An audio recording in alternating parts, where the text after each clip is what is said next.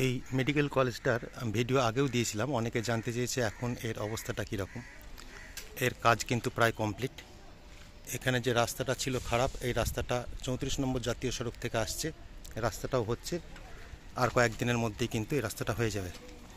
আর এদের এখানে একটা নিজস্ব সুপার স্পেশালিটি মেডিকেল কলেজ হচ্ছে, এটাও আর মাস 6-এর মধ্যেই কমপ্লিট হয়ে যাবে।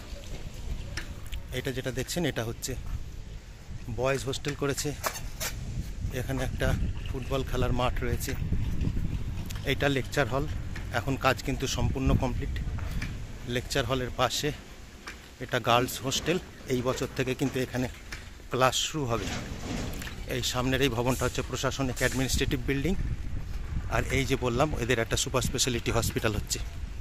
এখানকার রাস্তাটাও এখন তৈরি হয়ে যাবে মোটামুটি, কাজ কিন্তু 99% কমপ্লিট।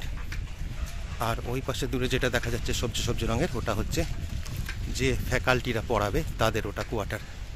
আর এইটা হচ্ছে হসপিটালের মেন এন্ট্রেন্স।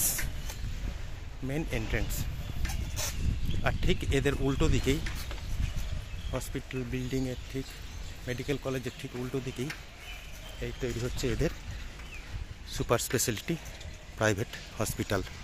এটা পিপিপি মডেলে তৈরি হচ্ছে, এই বছর থেকে এটা ওয়ার্কিং হয়ে যাবে।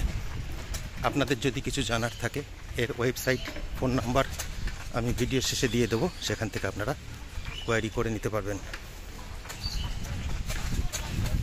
এই রাস্তাটার এই দিক থেকে আপনারা ঘাট পেরিয়ে, আনুলিয়া হসপিটালের ঘাট পেরিয়ে আসতে পারবেন।